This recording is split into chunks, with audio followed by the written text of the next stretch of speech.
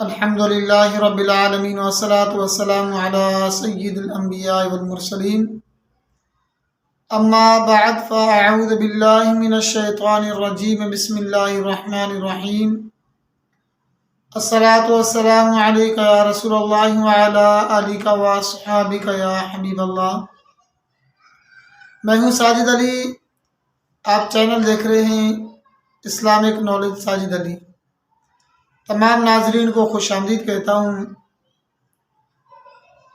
آج ناظرین کو بتا دوں، ہم اپنے ناظرین کو جو وظیفہ لے کر آئے ہیں،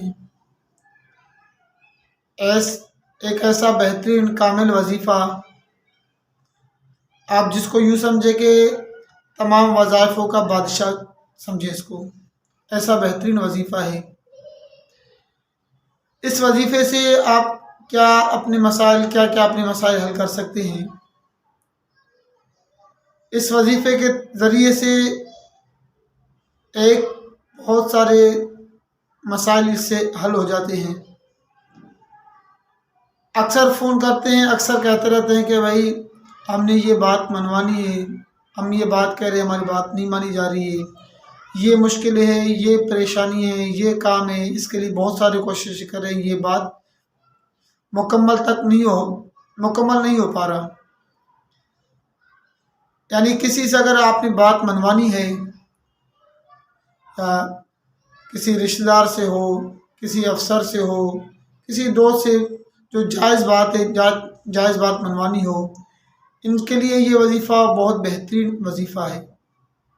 اگر بہن اپنے بھائی سے کوئی بات منوانی ہے، یا بھائی اپنے بہن سے کوئی بات منوانی ہے، جو جائز معاملات ہیں، جو جائز بات ہیں، جائز مقاصد ہیں، انشاءاللہ اس کام کے لیے اور اس بات کو منوانے کے لیے یہ وظیفہ بہت آزمودہ ہے، یعنی بہت پاورفل وظیفہ ہے۔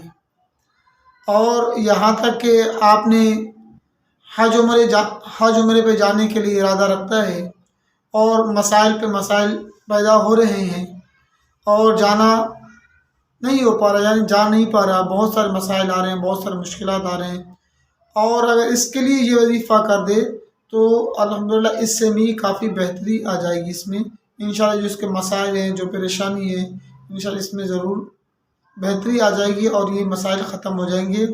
اللہ نے چاہا تو اس پاک بارگاہ میں حاضری ہو جائے گی۔ وظیفہ کرنے سے پہلے بتا دوں، بتانے سے پہلے بتاتا ہوں کہ اس وظیفے کو کرنے کے لیے آپ کو کامل یقین ہونا ضروری ہے۔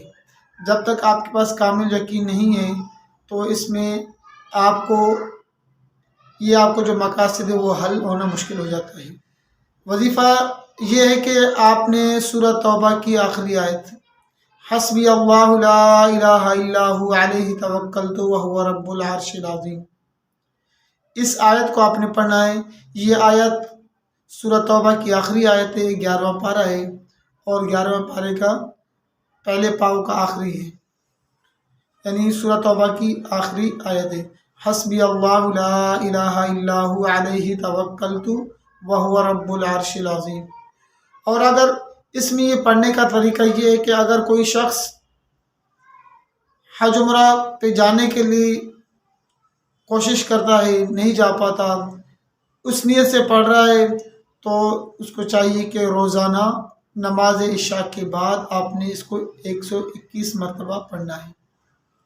اس کے علاوہ اگر آپ نے کسی سے بات منوانی ہے، کسی جائز مقاصد کے لیے، جائز کام کے لیے پڑھنا ہے، تو آپ اس کو روزانہ ہر نماز کے بعد 3 مرتبہ پڑھنا ہے۔ حسبی اللہ لا الہ الا ہو علیہ توکلت وہو رب العرش العظیم۔ حسبی اللہ لا الہ الا ہو علیہ توکلت وہو رب العرش العظیم۔ حسبی اللہ لا الہ الا ہو علیہ توکلت وہو رب العرش العظیم۔ اس کو آپ نے اس انداز سے ہر نماز کے بعد پڑھنا ہے۔ یہ آپ نے اس وظیفے کو اس ٹائم تک جاری رکھنا ہے، یعنی جب تک آپ کا یہ مقصد پورا نہیں ہوتا، آپ کا جب کام مکمل نہیں ہو جاتا، تاحصول مدت کے لیے آپ نے اس کو جاری رکھنا ہے۔ اور اگر آپ حج کے لیے پڑھ رہے ہیں یا حج عمرے کے لیے، دونوں کے لیے پڑھ رہے ہیں، اس ٹائم تک کہ آپ اس کو جاری رکھیں جب تک آپ کا حج عمرے کا جو پروسیس سے جاری مکمل نہیں ہوتا، یعنی آپ کا ویزے کے معاملات ہے، ٹکٹ کا جو بھی معاملات ہے، جب تک آپ کا معاملہ اوکے نہیں ہوتا آپ اس کو پڑھتے رہیے گا۔ اللہ تعالی ہم سب کو صحیح معنوں میں وظائف کرنے اور صحیح معنوں میں ان پہ عمل کرنے کی توفیق عطا فرمائے۔ اور آخر میں بتا دوں، ویڈیو کو مکمل آخر تک دیکھیں، اس کو اسکپ نہ کریں۔ اگر شروع سے اسکپ کر دیں گے، وظیفے کے جو الفاظ آپ سن لیں گے، اسکپ کر لیا آپ نے، آگے نہیں سنا، اس کے کیا شرائط ہیں، کس طریقے سے پڑھنا ہے، کس ٹائم پڑھنا ہے، یہ اگر نہیں سنیں گے پھر بعد میں مسائل ہو جائیں گے کہ ہم نے آپ کو مکمل سنا نہیں ہے، ہم اس کو کس انداز سے پڑھیں، کس طریقے سے پڑھنا ہے۔ اللہ تعالی ہم سب کو صحیح معنوں میں عمل کرنے کی توفیق عطا فرمائے، بالخصوص نمازوں کی پابندی۔ اللہ تعالی ہم سب کو صحیح معنوں میں نماز ادا کرنے، باجماعت نماز ادا کرنے کی توفیق عطا فرمائے۔ السلام علیکم ورحمۃ اللہ وبرکاتہ۔